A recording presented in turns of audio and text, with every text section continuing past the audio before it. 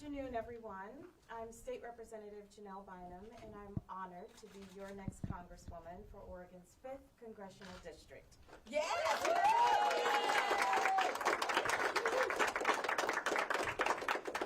First, I want to thank my family, my husband Mark for his steadfast support and all of his jokes, and our 4 wonderful children, Christine, Ellis, Caroline, and Asa.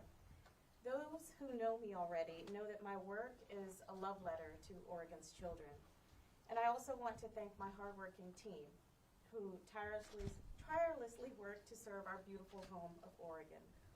And I want to thank all of you who are here today and everyone who has been with us to help us get one step closer to the future that we want for this great state. We assembled the strongest team in the country, and we delivered a win for Oregon. That's right. Yeah. This is not in the notes, but it's just like the Ducks. Like, we're going to win tomorrow, and we're going to take the Natty. Yeah. But it took all of us working together to flip this seat, and we delivered a win for Oregon. We believed in a vision, and we didn't take our feet off the gas until we accomplished our goals. So kind of looking back, I moved to Oregon with my husband about 22 years ago, and we were starting our family and we wanted to continue our careers. And I'd built a successful career as an engineer with a company I was proud to work for and on problems that were hard to solve. I'd worked so hard for that, and my parents gave up so much so that I could achieve that.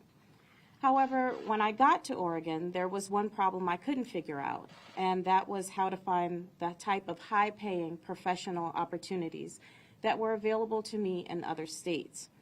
Basically, I couldn't get a job in Oregon as well as I could get one somewhere else. And eventually, I pivoted from being an engineer, and I joined my husband's family business. And as we became a part of the community, I heard the same story told over and over and over again. That's what propelled me to first run for office, to make sure that everyone's voices were heard at the table. So at the end of the day, I'm still an engineer. I still take apart complex issues and put together solutions. I still try to figure out how to do what others thought was impossible. And that's why I entered public service, to solve hard problems. I wanted to figure out how to ensure that my children and all of our children can build the type of life in Oregon that was unavailable to me. And so today I'm proud to stand in front of you and say we've solved a lot of problems together. We've built up our semiconductor industry to create more high-paying jobs, and we are holding the line in Oregon to ensure that every person has the right to make their own health care decisions. But friends, friends, the work is far from over. It's time that Oregon 5 is represented by a true member of their community, someone who shows up when they're needed and stands up for them even when the problems are hard. I want every single person in this state to know that their children will be able to build a life here, to afford a house, to get a job that pays well, to build a retirement, and to watch their children build their own lives in this state, to know that they are able to give their kids more opportunities than they had themselves. So, it's not lost on me that I am one generation removed from segregation. It's not lost on me that we're making history. And I am proud to be the first, but not the last, Black member of Congress from Oregon. I'm proud to be a groundbreaker because of what that means, not just for my children, but for all young people across our state, to see that change is possible, and that when something big has never been done before, that it might just be because you haven't accomplished it yet. So Oregon, we have a lot of work to do, but I've always taught my kids that hard work pays off, and I'll put in the work each and every day for you, for your families, and for our future. So today, we chart a new path forward for Oregon. Thank you.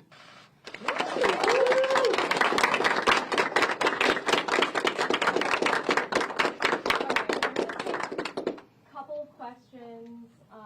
Start with Baltimore. And so this seat was flipped from Republican to Democrat, and with the results that we saw on election night, why is it important to flip a House seat as we're still waiting to find out who has control of the House? Well, I think it's important for voters to know that they elected the best person possible to bring their voices forth in Congress. And what I've always tried to do as a swing district representative is to not distinguish between my Democratic constituents and my Republican constituents, but to really bring the voices of every constituent to the State House and now to D.C. So that is what is important to me. And so how do you think this election result will impact the national stage? Congress is getting a great leader.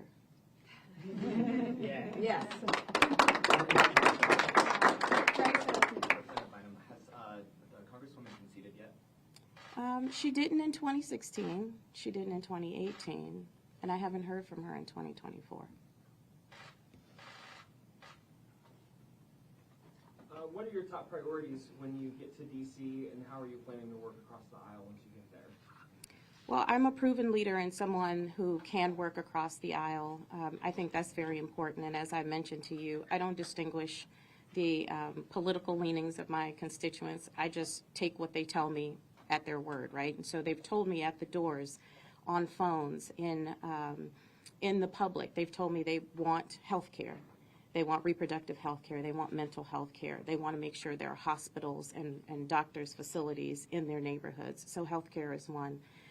Particularly in Deschutes, they want to make sure that their life and property are not continuously harmed by wildfires, and subsequently our air, both their air quality there and our air quality here in the Portland area. And then finally, it's the economy. And one of the things I've always said, and particularly when I was leading the work on the CHIPS Act, is for those people who believe in social justice, my mantra is that economic justice is social justice. And so when you're focusing on the economy, when people have enough money to pay their bills, when they can afford a home that's comfortable for them, when they can retire comfortably, when they have enough money and they're not choosing between their medical bills and food, it's the economy. And so when we're talking about lowering prices and we're talking about making sure that we have competitive markets, those are the priorities that I have for Oregonians. And what do you make on the national stage right now with some of the criticism that's been coming to the Democratic Party overall? We've heard from Senator Bernie Sanders earlier this week saying that the Democrats have left working people, and so it should be no surprise that working people have now left Democrats. What do you make of those types of criticism? I live in Oregon, and I represent and stand up for Oregonians hardcore. And so whatever's happening nationally, I think that's the politics of distraction. I've always been laser focused. It's what my husband loves and kind of cringes about me. I've always been just laser focused on the issues, not really caught up in a lot of rhetoric, but just focused on bringing the deals home. That's what we did with CHIPS. That's what we've done with reproductive health care. That's what I'll continue to do on the environment. It's staying focused. I'll do a final question for print. Anyone in print have one? Julia?